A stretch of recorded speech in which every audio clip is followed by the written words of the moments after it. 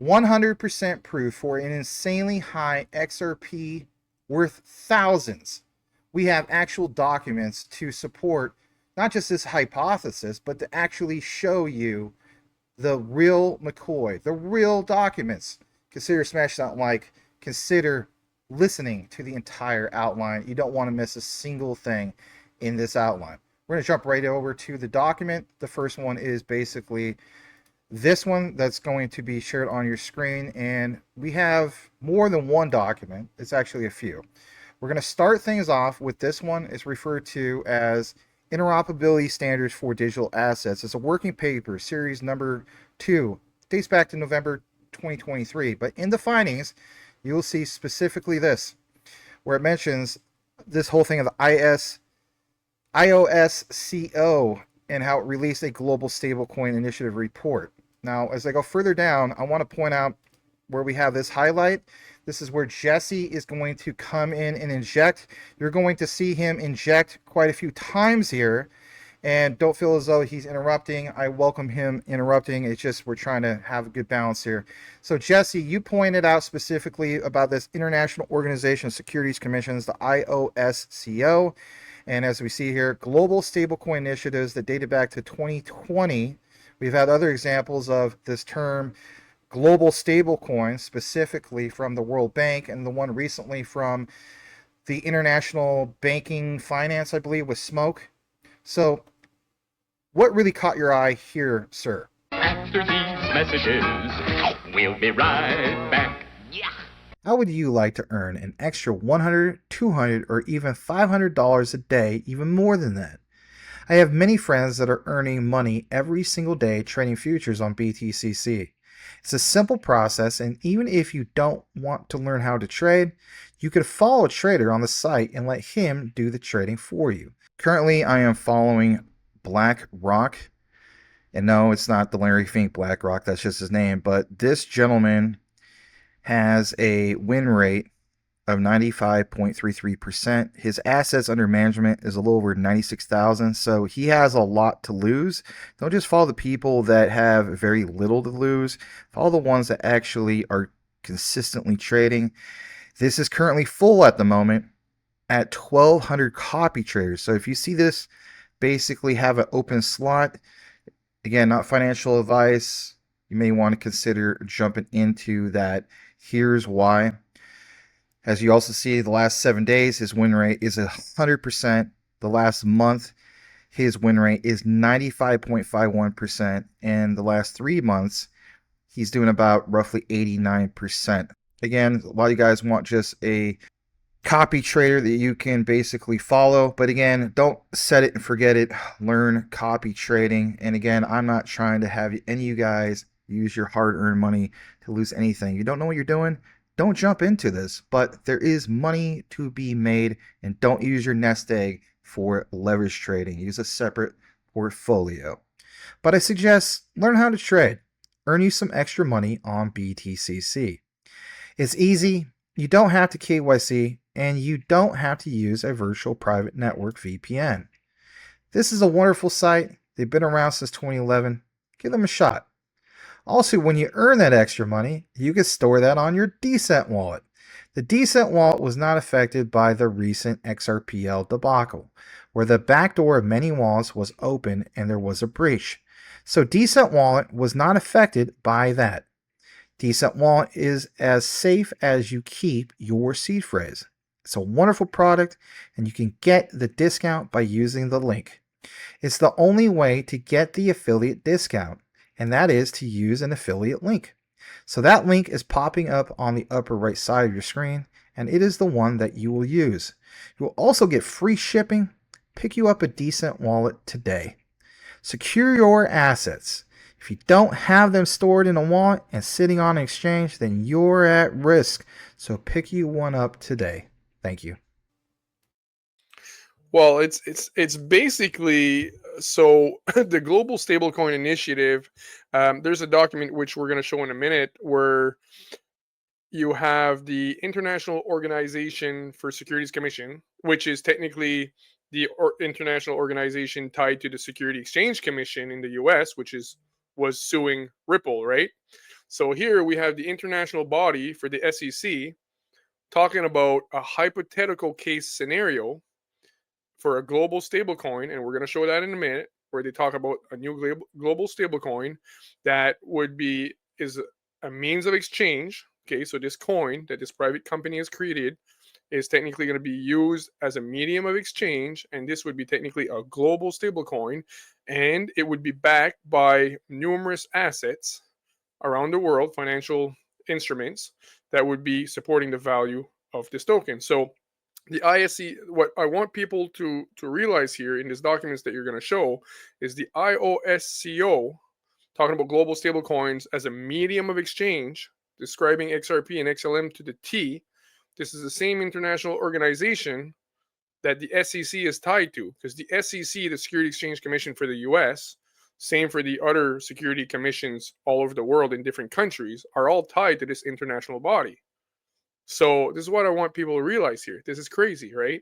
And they're talking about frameworks and regulations, and oh, it's just hypothetical. Like, it's technically, it's, to me, it's they're communicating on how do we regulate it, how do we make it work, how do we make it work, right? Globally, what do we need to do to make sure this works? But at the same time, well, they're supposed to sue them. So, and then we're going to look at the documents coming from the Financial Stability Board, which is technically the right arm of the BIS, the Bank for International Settlements, which is a central bank for all central banks. And they're going to talk about the Committee on Payments Markets Infrastructure, the CPMI, which is, again, the Bank for International Settlements. And they're going to talk about global stablecoin arrangements. And it's unreal. Like, it doesn't go higher level than that. But we've got some good stuff for you guys. I'm telling you, do not miss this video. I know I say that a lot, but you don't want to miss this one. Oh my goodness. Yeah, no, keep reading, my friend, if you don't mind. It's insane. Nope. No problem. Let's jump into this for a brief bit. So for one, you see here Global Stablecoin Initiative 2020, and then it goes on to mention some of these other key things here that are, again, more than worth pointing out. So for one, we take you over to some of these specific highlights, and you'll see here on this other document talking about some of these specific things about, for one, it's this one. It's called OR01 2020 Global Stablecoin Initiatives. It's a public report from that OIC, or excuse me, so many abbreviations, IOSCO, the Board of the International Organization of Securities Commission. And in the process of getting more into this whole thing of this executive summary, I basically want to highlight some of the important information. So for one, ISO-CO established that stablecoin working group with its fintech network, right, to evaluate global stablecoin proposals from securities, markets, regulators, perspectives.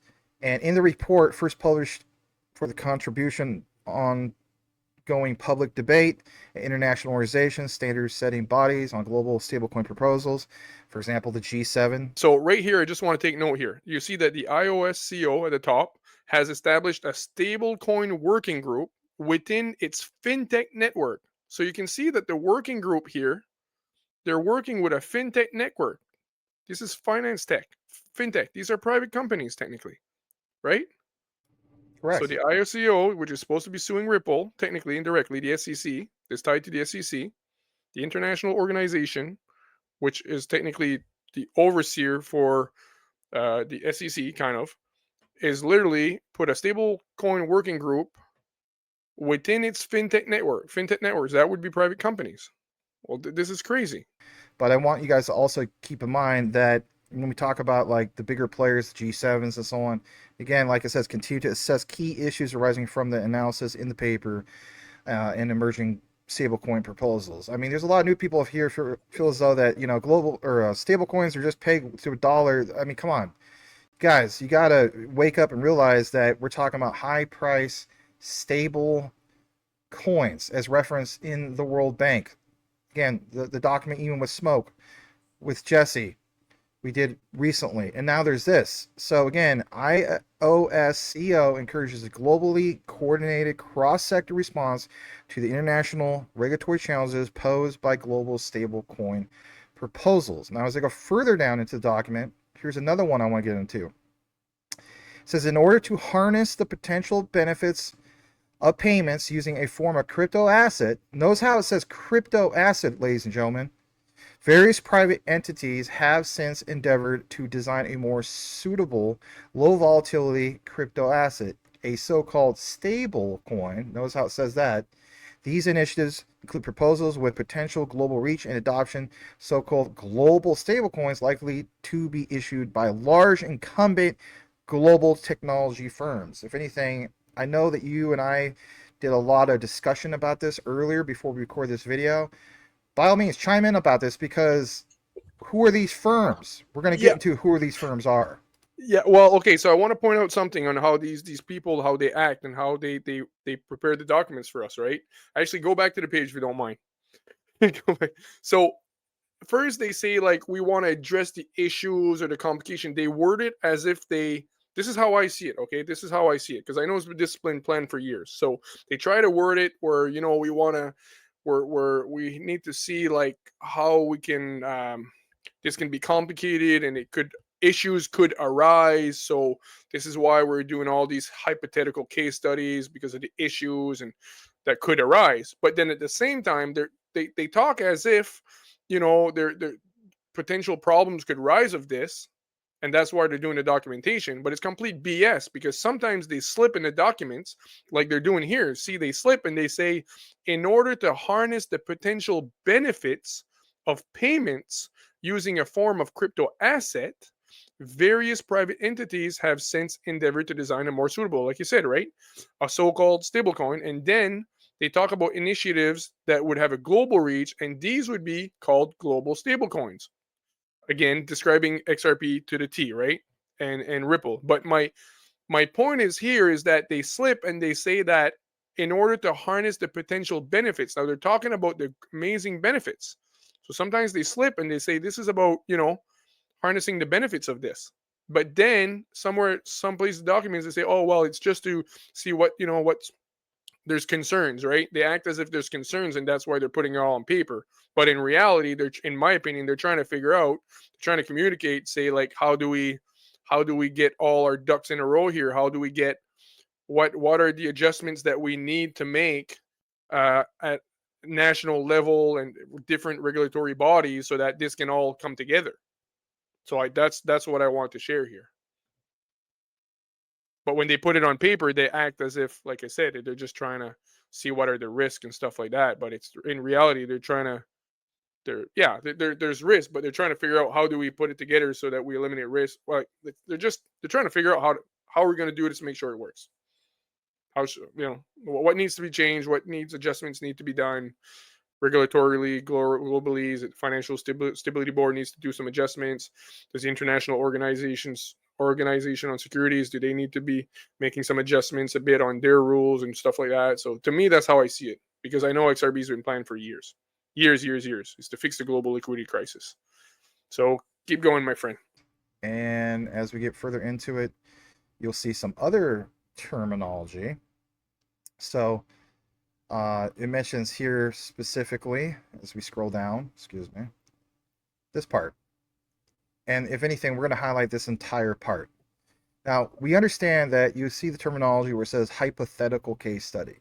This is more than just hypothetical at this particular point. So for one, let's start off here.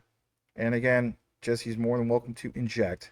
It says a company, notice it says company in quotes, interesting, has determined to design a platform using distributed ledger technology to issue a crypto asset, quote, coin that is intended to act as a stablecoin. This stablecoin is intended to act as a means of exchange on the company's designed platform and accessible also by third parties. The company and third party participants in the platform intend to offer goods and services in exchange for coin. Company also anticipates that unaffiliated third parties, developers will create use cases for coin. Yeah, you see right there, what is Ripple doing, and Stellar as well? What they're doing, like they're basically making sure that all of these different developers are basically developing use cases for the coin. Like it's unreal, like the whole, everything that they're doing to bring utility to this coin, right? So I'm just saying, I just want to point out This is exactly what Ripple is doing, and Stellar as well. But Ripple, I think, a bit more than Stellar, maybe. Okay. So again, this describes XRP to the T. I really Bringing, think, yeah, you and I are in line with that because I mean, even this part, what we're going to get further into, it says specifically here, just a second. Company has stated coin will be backed by assets that are held in accounts at a number of global financial institutions, collectively the reserve fund. Uh, Interesting reserve fund. Wouldn't you need a reserve asset for that? This or that is managed by the company pursuant to policy set by its governance board, and that coin's market value will be maintained in line with the value of the assets held in the reserve fund. I don't know if you want to chime in on that specific part, Jesse. there's so much in this document, guys. Like you really don't want to miss this video because this is crazy. I'm gonna chime in a bunch, but like you cannot even imagine what we're gonna show you in this document. So company has stated that okay, so the coins will be backed. They're going to be backed by assets that are held in accounts at a number of global financial institutions. Not these are not small institutions. These are global financial institutions. You know, maybe like central banks and the IMF and the World Bank and the DTCC, maybe because these are global financial institutions. These are not a joke. Okay, this is not a little credit union there in your local village there. No, no, no, no, no. These are global financial institutions, and this is going to be called the reserve fund. And it says that the coin's market value will be maintained in line with the value of the assets held in the reserve fund. So imagine like all of the assets, and they're going to describe the assets later on. You're going to see they're talking debt instruments, which is the government debt. Government debt's like 150 to 200 trillion dollars. They're talking about sovereign debt instruments backing this coin. They're talking about other assets backing this coin as well, and on and on. And this is not a joke. Like sovereign debt alone is 200 trillion, my friends, 150 to 200 trillion. And we're going to show that in document. So they're saying that all the tokens in circulation are going to be equal to the value of these assets that are backing this token. And they, like I said, they're going to talk about debt instruments and other things too. But debt instruments alone is 200 trillion. Okay, so that's why like people need to understand like XRP is not your regular coin. You can't this is not a meme coin, okay? Like this I'm not crapping on memes or anything, but like you're talking about pegging the value of the world to an asset with a limited supply. And I don't care if it has 100 billion supply. I don't care. Because this is the internet of value. Like this is crazy. This is an internet. I keep repeating that. This is an internet, guys. This is not a company. This is an internet. You have an internet protocol capturing the value, a token capturing the value of an internet protocol, the XRP ledger and the interledger protocol. So, anyways, carry on, please, Max. No problem. And Jesse is 100% right on that. I mean, think about like, Google, the internet of information. We're going from that to what you're seeing in regard to value. But, we harped on that a few times. The other area we're going to get into is under the company's proposed ecosystem, the company will operate a permission blockchain. Notice how it says that. That will use a consensus mechanism. I mean, all these things basically are in line, specifically speaking with, obviously, with Ripple and XRP. So for keeping a record of transactional and ownership information of the coin, company has stated that the reserve fund will be managed with the goal of value preservation. Again, the terms. Is this another hint towards the internet of value? Could very well be. But that preservation and liquidity. Who would lead the charge for liquidity? Ripple with their main product that doesn't get mentioned enough, on-demand liquidity. So you have the reserve fund will be composed of low volatility currencies, bank deposits, and look what it says here, and this is where Jesse's going to inject here in a bit, and sovereign debt instruments. By all means, inject. Yeah, right there. That's what I meant right here. So scroll back up a tiny bit. It's saying that the reserve fund, remember they said that the reserve fund is what's going to be, they said that the coins will be equal to the value of the reserve fund, right? Because the reserve fund is what is, they said all the assets that are backing the value of this coin is called the reserve fund. And then here they're going to describe to you what is the description of the reserve fund. What is the assets that are being held in this reserve fund? And they said the reserve fund will be composed of low volatility currencies. Okay, so this technically is likely fiat currencies. sovereign currencies, CBDCs, because they're low volatility currencies. Okay, so this is likely CBDCs. Well, hold on a second. I'm gonna inject this real quick Yeah. because in the cliff notes, look what it says here. It said it should be noted that this is not a full set of monetary policy tools because, if anything, when this was written, we didn't have any of those regulations yet, for one. And number two, look what it notes here, Jesse. We note that other initiatives are currently considering emerging stablecoin initiatives, developing definitions of the term stablecoin. Right. But does it mention like a basket? Literally, it does. Right here goes down to state that stablecoin can be defined as a crypto asset designed to maintain a stable value relative to another asset, typically a unit of currency or commodity. So back to your example about like, well, the SEC went after all this stuff, labeled Ripple as a security, but this basically is, it deviates from that, does it not? Because why would they go after something that's a commodity? And right after that, Jesse says, or a basket of assets. I don't know if you want to chime in on this one. Yeah. There's a lot here. So what I want people to understand is, yes, of course, just keep on a page.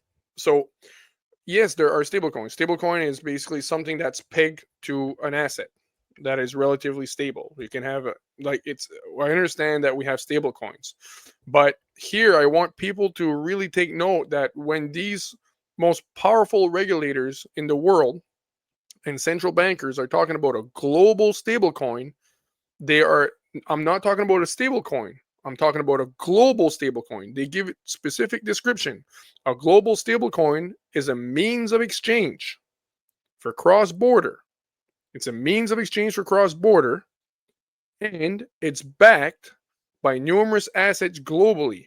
So I just want people to know when they talk about global stablecoins, they're always saying that in order for it to be a global stablecoin, it has to be a means of exchange.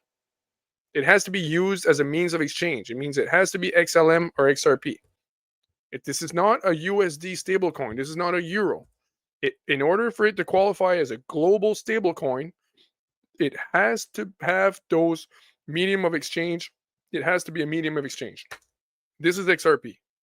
This is XRP. This is not a regular. This is not like, oh well, it's the RLUSD that's going to have a global reach. No. Or this is not, oh well, it's because it's going to be the USD, or it's going to be this currency and it's going to be used, it's going to go cross border. No. This is a specific coin that is used as a mediums of exchange. So only the coins that are used as a medium of exchange qualify as a global stablecoin. It's different than just a regular stablecoin. So just want to point that out. The global stablecoin always have the feature of having that medium of exchange. So I sound like a broken record, but I just want to point out too that it's saying that it's backed by stable currencies, relatively stable currencies, and sovereign debt instruments. And I think the other one, I can't remember, on a bit higher on the page there, it's being backed by something else. Sovereign debt, relatively stable currencies, and something else. So I mean, this is not a few $billion, my friends. You're talking trillions, because just the sovereign debt market is 150 trillion. But and then again, like you said, it's talking about their goal is to keep it relatively stable and liquid. Again, what is Ripple? On-demand liquidity. It's all about liquidity. It's the reason it was created, to fix the global liquidity crisis that the central bankers have been trying to fix for almost 20 years now. So yeah. So you can carry on, please. Yeah. Yeah, so there's this other area here that I think we want to highlight, obviously, about the sovereign debt instruments. Again, back to what Jesse was talking about. And we talk about, obviously, what's backed by all sorts of things, like certain things are backed by gold, but, debt, that's that example what Jesse was mentioning about where, literally trillions and trillions and trillions of dollars, right? So company expects that the financial instruments held in the reserve fund will be stable and liquid, and the value of which will be reflected in the total value of the outstanding number of coins. That right there, some people don't believe that Ripple with XRP could ever get to an incredibly high price. Think about it. Outstanding number of coins. All right, this other area we're going to jump down into. Yeah, just keep reading right there. Just read the whole. No, go up again and read the whole paragraph. Go back where you were and just keep reading, my friend. All right. So for one, look what it says Re- here. Just We're keep talking read about the whole thing. Yeah, I'm just right gonna let here. you read. I'm not gonna cut you off. No, Right it's there. fine. Read everything. Yeah, company expects that there will be a number of other participants who will play a key role in the ecosystem and the coin. Notice how it says and the coin. It doesn't say coins, and it says and the coin. These include intermediaries such as market makers, liquidity providers, and other authorized participants, quote, authorized participants who will play a central role in creating and redeeming the coin and making deposits to and receiving payments from the reserve fund. The Okay, sorry. role, Just one that's sec. fine. Sorry. I just want to point out here they're lying to you. When they're talking about creating and redeeming the coin, nobody's creating coins. They're already created. Okay. In my opinion, they're already created. This is describing XRP. There's 100 billion in circulation. You can't. So here they're just lying. They're saying role of creating. They're not going to create anymore. So here they're lying. So sorry. Please carry on. All right, so fair enough. These include intermediaries such as market makers. I might have already read that part, who play a central role in creating and redeeming the coin, making deposits to and receiving payments from the reserve fund. The role of these authorized participants would be for a stated purpose of maintaining the trading price of the coin at a value close to the value of the assets held in the reserve fund through the use of arbitrage. This part, the initial price for the coins paid by the authorized participants will be determined by the company based on the initial amount of assets held in reserve fund, and the price for subsequent purchases and sales by such authorized participants to and from the reserve fund will depend on the value of the assets in the reserve fund and the trading price on various crypto asset trading platforms. Due to the role of authorized participants, the value of the coin may be dependent on a notional composition of the basket, getting back to that reference that we showed earlier above, or a share of the value of the assets in the reserve. Only authorized participants will be able to purchase or redeem coins from the reserve fund through the company. Do you want to pause there and inject, or you want to go further down in this?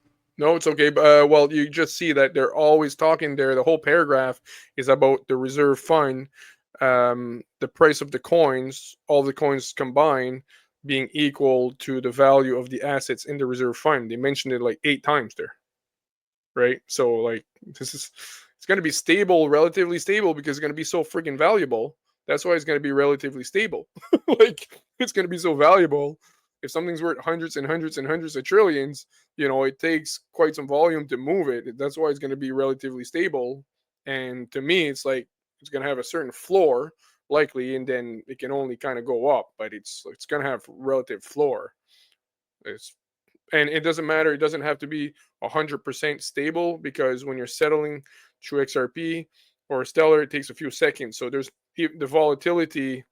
It doesn't count. There's not enough volatility to affect it because you're settling in seconds.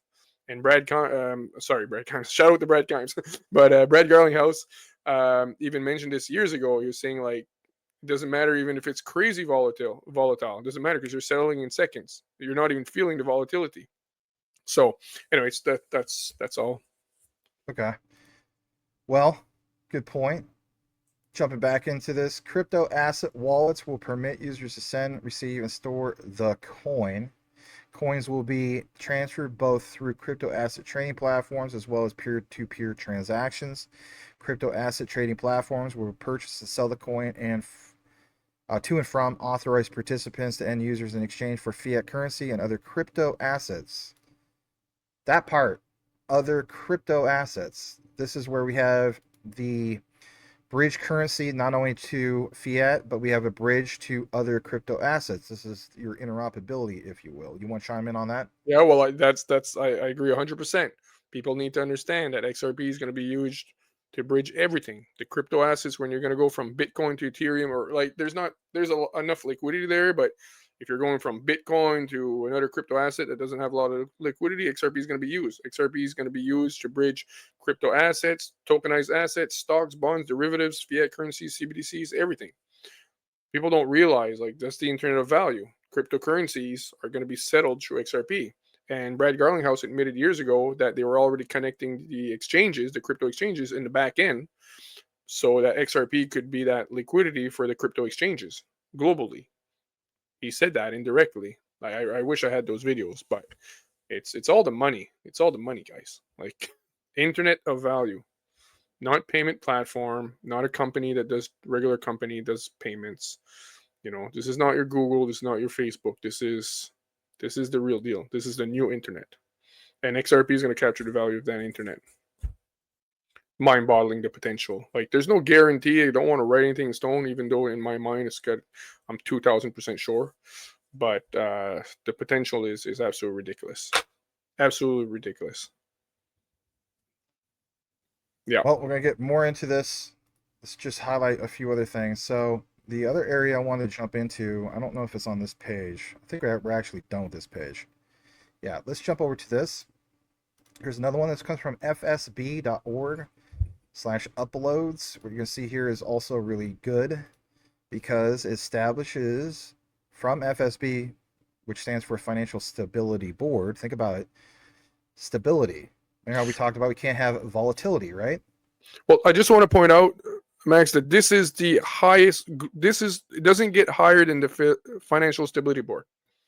This is the right arm of the BIS. The BIS is the Bank for International Settlements. It's the central banks for all of the central banks in the world. They're all connected to the BIS, the Federal Reserve, the Hong Kong Monetary Authority. They're all connected to the BIS. Like I said, this is central banks of all central banks.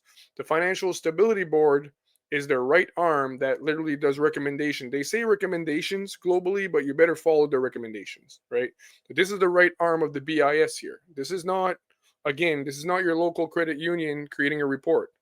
This is, they're so powerful. Like 99.9999% of the people on planet Earth have no clue how powerful the Financial Stability Board and the BIS is, how powerful they are. And that's why I'm careful on what I say about them, honestly, for my own security and my channel, because I can't even imagine. But some people watching right now know exactly what I'm talking about. Okay.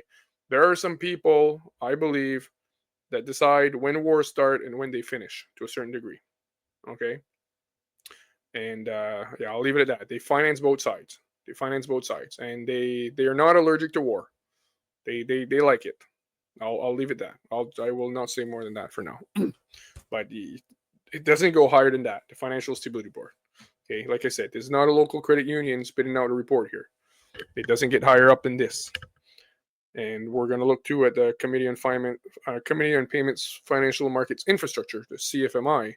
Again, this coming from the BIS and the IOSCO working with the BIS. So these are the four most powerful regulators and institutions in the world. 99.99% of people on planet Earth have no clue how powerful they are, and they're all talking about a global stablecoin arrangements. As you would say, brother, as you would say, isn't that interesting? Because isn't that interesting? It is interesting, though. It's totally interesting. Very interesting, especially if you're holding XRP. Huh? Makes it even more interesting. It does, and we're going to jump into this from the FSB. So I'm glad that Jesse gave us a little bit more of a thorough outline of their significance. They're not, you know, they're not like some nobodies. Getting into it, high-level recommendations for the regulation, supervision, and oversight of global stablecoin arrangements. That's interesting too, but watch this. So for one, I want to jump down to this part where they had final recommendations on this particular section of page 3 of 24. And again, you guys are welcome to get these documents if you want to. You just go to fsb.org, uploads, PDF. You'll see in the introduction that, again, back to the year 2020, FSB at the time issued a report with a set of 10, not just like a couple, but 10 high-level recommendations on the regulation, supervision, oversight of so-called, quote, global stablecoin. They call it GSC arrangements, high-level recommendations. G20 endorsed the high-level recommendations, and the October 2021 FSB basically provided a status update of the progress made on their implementation. All right? Sorry, progress made on their implementation. Right. This is not about stopping it. This is about literally making progress on, like, again, having regulations, like everybody having clear regulations here so they can move on to to the end goal, right? This Internet of Value. Well, I want to talk about this for a brief moment, for maybe 30 seconds. So, like, we've seen over the years, the pilots, like, you have the RLN, you have the RSN, all these pilots had to take place, but to implement a new system. So the system was already implemented. Then of course you have to test it. I mean, even if, like with video games, you have something that comes out in a private alpha, then you have a public alpha, then you have a private beta, then you have a public beta, then you have open betas. Why wouldn't the new financial system be any bit different? If anything, it would have even that much more weight, because this is literally dealing with a lot of money. So again, like, trust, you already have the value. Now we're going to test if we could trust this. So to me, this all matches up. And then, of course, the mandates for the messaging would be ISO 222, November 22nd, 2025, worldwide mandate. Why? Because it's already been implemented. So I want people to understand that what's been implemented compared to, like some people complain like, oh, I don't understand why the price isn't going crazy. For the same reason why you go down to a construction zone and they just build a brand new restaurant and nobody's in the restaurant for commerce, everybody. It's because commerce is not flowing into there yet. But once it's fully built and they have a grand opening, then, yeah, a boom happens. So I just want to put in like layman's perspectives, because there's a lot of people that are new to all this. They just don't get that. And there's no knock on you guys, but we're trying to help you guys learn about what's important here. Well, it's out of anything that you're implementing here, this regardless of any type of technology or anything in the world that you're implementing, when you're talking about the underlying infrastructure for a new financial system, like there's nothing that's going to technically go slower than this, or that's going to take time to make sure they get it right, because you're talking the underlying infrastructure of the world that we know. Like everything depends on sovereign currencies, government currencies, unfortunately. And like everything it starts with the CBDC, and then it starts from the government money, and from there all of the different assets on top of that, where you're talking securities, stocks, bonds, derivatives, and everything goes on top of that. So you're talking about the plumbing of the plumbing of the plumbing here. Like you can't mess this up. This is why it's going to take time. This is why they've been planning and working on it for like 30 years. How I showed, the 1988 document from the Economist magazine talking about this new technology that would allow for a new global reserve currency, and described exactly what Ripple is doing. And it said that the IMF would be the best organization to manage this neutral bridge currency, or this neutral currency, or whatever, and so on. You're going back 1988 here, and then the year after is when David Short gets the patent, and he was working for the most powerful three-letter agency in the world at the time. So you can't put this together overnight, like, because if they mess it up, they lose control. The central bankers lose complete control if they don't get it right. So again, like, you're not, like you said, you're not, imagine the complexity and the testing that goes into a video game. Like, this is not a video game. Like, you're talking about the infrastructure for the world, the financial system infrastructure here, the plumbing of the plumbing. So it's normal that it's going to take 20, 25, 30 years to put it together. But right now we're there, because even the document that came from the Hyperledger Foundation, where they laid out the internal value, they showed from 2020 to 2025, in 2025, the central banks and the financial institutions were holding XRP. That was the end 2025. And then from there, we'd get even more use cases and so on. But we see that the ISO 20022 is going to be completely implemented. Cutoff is in a few months from now. So, I mean, we're there. Like, it's not financial advice, I'm not a financial advisor, but it's not right now that I'll be selling any of my XRP. It's not the time for me to sell any of my XRP right now. I'll tell you that. And anyways, but Max, I was thinking, like, this is going to be a very, very long video, because we're going to talk about SA, settlement assets, in these documents, specifically talking about settlement assets as global stablecoins. And they mention SAs like 100 times, settlement assets.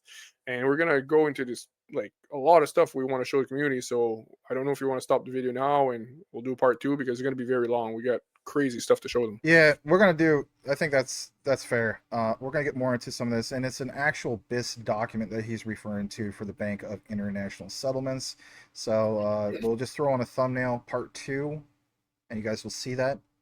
We do appreciate you guys tuning in for that. So simply just do us a solid if you happen to listen to this entire outline and type in part 1 if you listen to the entire outline, and then we'll get you part 2 as soon as possible. So we're going to go ahead and conclude this for now.